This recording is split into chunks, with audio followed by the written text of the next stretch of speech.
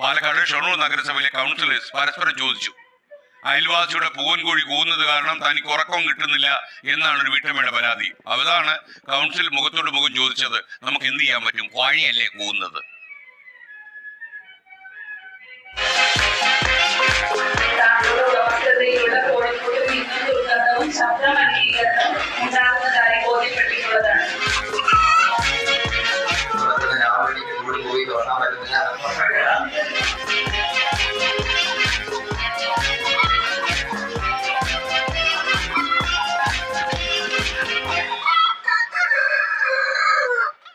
അതിരാവിലെ കോഴി കൂവി തുടങ്ങും.